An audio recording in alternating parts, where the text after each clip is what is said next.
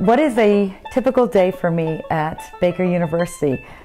You're right, there is no typical day.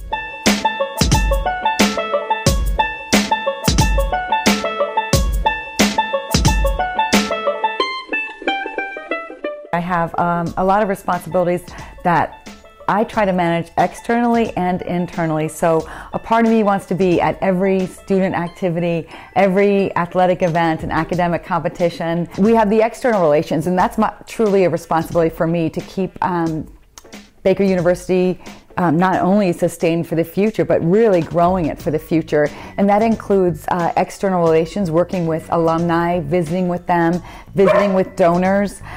So I see every day a balance of each.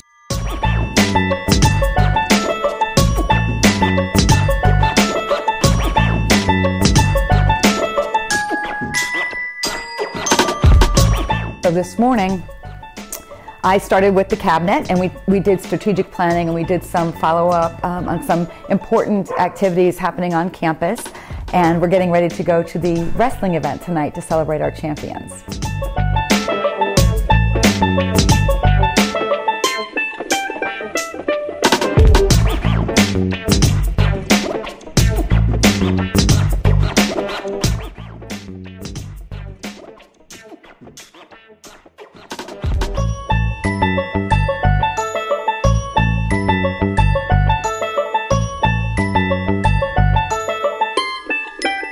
Sometimes my days include just blocked time. I block a lot of my time for phone calls to donors. We just had an alumnus who gave us a very large and generous gift to support faculty positions, and he just passed. So I called his family to let him know that his Baker family was thinking of him. So that it's all part of the job, if you will, because Baker University is family, and we do mean that. And even though this gentleman was 90-some years old, we still stayed in touch, and we visited with him.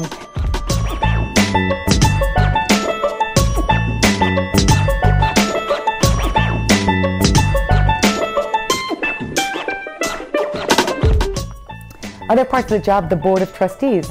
So I think the job of a president is different, because in every other job I've had, I have only had one boss. And now I have a minimum of 28 bosses. And so that changes everything. And so before we would just have, oh, I need to check in with my boss, or I don't know if you have learned this yet in your classes, but you learn to manage up. And you always want to know, what is the preference of communication for your boss? How do they like to get information from you? Is it through email or phone calls? And so you learn to manage up, manage your boss. And I've always been very good about that. Or at least over the years have learned to be very good at that. But when you have 28, it takes a lot of time. And some are on email, and some are on texting, and while others, they can't even click on the computer. So it requires a phone call. So a lot of my day is spent doing that as well.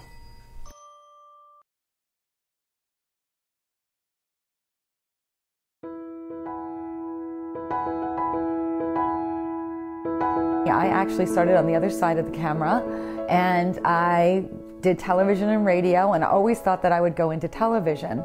And then Hurricane Andrew hit. I was working at PBS in Miami, and we were supposed to go on air that night, and it just didn't make sense. Like, why would we go on the air and ask people to give money for public television when they've just lost their homes? And so we decided that night that we would start reporting on things that mattered, like the gas station is open on the corner of 7th and Hialeah. The Publix grocery store now has water. And we started doing that, and the response from the public was so great.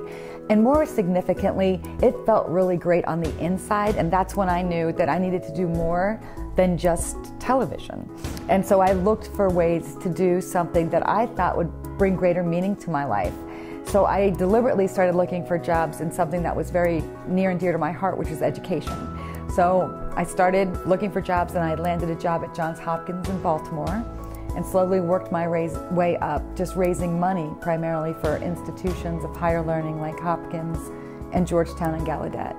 And throughout those times, I didn't always start off as president. I didn't even think I wanted to be president until I was like 35 years old.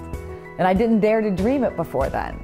And so I'll tell you a little bit about how I got there, but I think The journey is just as significant because I want people to know that I did a lot of odd jobs. I worked really hard. I put myself through school. I worked at night and went to school at night just to get the education because I valued it so much. And I really thought that was going to be the difference between growing up the way I did and a better future. And I still believe that. And I believe education is the greatest investment one can make. And so when you think about that and you think about my life's journey and giving it meaning, I wanted to become president. I thought truly and still believe that there's no greater calling in life. And my favorite parts of this job would be you and all of the students that I get to meet, and to know that in some way I might help them, even if it's just talking to them briefly about what's on their minds. Hopefully I'll have greater impact in their lives, but I'll take anything I can get, and I hope that they'll benefit from it.